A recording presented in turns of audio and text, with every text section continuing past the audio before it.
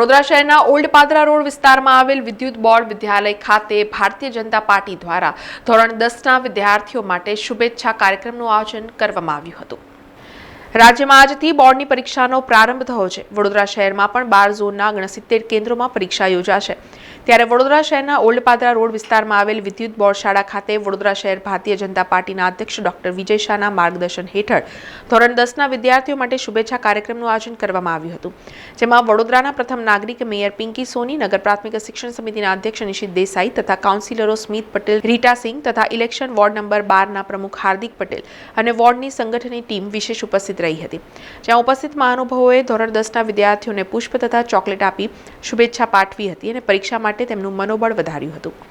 જ્યાં શાળા તંત્ર દ્વારા પણ તમામ પ્રકારની વ્યવસ્થાઓ કરવામાં આવી હતી। અમારા વોર્ડ નંબર 12ના અધ્યક્ષ હાર્દિકભાઈ પટેલ હોય, અમારા કાઉન્સિલર સ્મિતભાઈ હોય, અમારા કાઉન્સિલર રીટાબેન હોય કે અમારી આગળ સમગ્ર ટીમ હોય અને અમારી જોડે શિક્ષણવિદ તરીકે નવીનસિંહ જેતાવત છે, જેઓ નાના મોટા કોઈ વિષય હોય તો એ વિષયમાં બાળકોને સલાહ સૂચન આપીને એ વિષયમાં બાળકો ગભરાઈ ન જાય, એક્ઝામના આજે એકદમ એમનો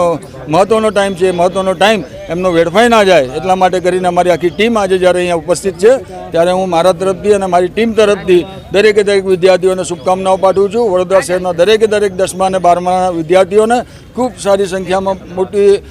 સારા માર્ક સાથે પાસ થાય એના માટેની શુભકામનાઓ। ભારતીય જનતા પાર્ટી દ્વારા પ્રતિ વર્ષ બાળકો કે જે 10મા અને 12માની એટલે કે આપણા ત્યાં બોર્ડની પરીક્ષા આપી રહ્યા હોય ત્યારે આપણી ભારતીય પરંપરા અને સંસ્કૃતિ મુજબ આ બાળકોને કુમકુમનું તિલક લગાવી, મોં મીઠું કરાવી અને ફૂલ અર્પણ કરી અને એમના ઉજ્જવળ ભવિષ્યની શુભકામનાઓ સાથેની શુભેચ્છાઓ પાઠવવામાં આવે છે। આપણે સૌ જાણીએ છીએ તેમ ધોરણ 10 અને 12ના વિદ્યાર્થીઓ આખું વર્ષ પ્રખર મહેનત અને કઠોર પરિશ્રમ કરી અને ખૂબ મહેનત કરતા હોય છે, ત્યારે આજથી શરૂ થતી પરીક્ષાઓમાં તેઓ પોતાનો ઉત્તમ દેખાવ કરી અને તેમના ઉજ્જવળ ભવિષ્યની દિશામાં એક પગરણ માળી શકે તે માટે ભારતીય જનતા પાર્ટીનું સૌ શીર્ષસ્થ નેતૃત્વ, પદાધિકારીઓ, વિસ્તારના કાઉન્સિલરશ્રીઓ, વિસ્તારની સંગઠનની ટીમ સૌ સાથે મળી અને આ બાળકોને જે જીબી સ્કૂલ છે કોટા વિસ્તારમાં ત્યાં સૌએ સાથે મળી અને બાળકોને શુભેચ્છાઓ પાઠવી। સમાચારોના સતત અપડેટ માટે TNN ન્યૂઝને YouTube પર સબસ્ક્રાઇબ કરી બેલ આઇકોન પ્રેસ કરો અને અમારી સાથે જોડાયેલા રહો Facebook, Instagram અને Twitter ઉપર।